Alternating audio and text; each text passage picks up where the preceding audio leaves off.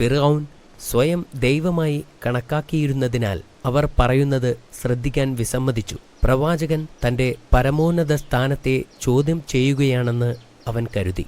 ഫിർഔൻ ചോദിച്ചു, നിനക്ക് എന്താണ് വേണ്ടത്?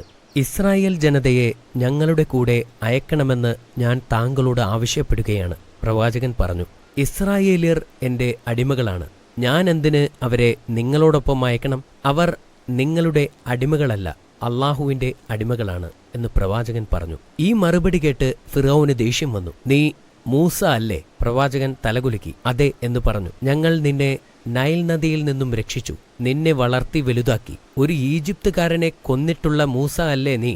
നീതിയുടെ മുന്നിൽ നിന്നും രക്ഷപ്പെട്ടു പോയ നിനക്ക് എന്റെ മുന്നിൽ വന്ന് സംസാരിക്കാൻ എങ്ങനെ ധൈര്യം വന്നു? ഫിർഔൻ ചോദിച്ചു. പ്രവാചകൻ അദ്ദേഹത്തിന്റെ കുത്തുവാക്കുകളെ അവഗണിച്ചു. ഈജിപ്തുകാരനെ കൊന്നത് യാദൃശ്ചികമാണെന്നും ബോധപൂർവമല്ലെന്നും അദ്ദേഹം വിശദീകരിച്ചു. അള്ളാഹു അദ്ദേഹത്തിന് മാപ്പ് നൽകിയിട്ടുണ്ടെന്നും അദ്ദേഹം ഇപ്പോൾ അള്ളാഹുവിന്റെ ദൂതന്മാരിൽ ഒരാളാണെന്നും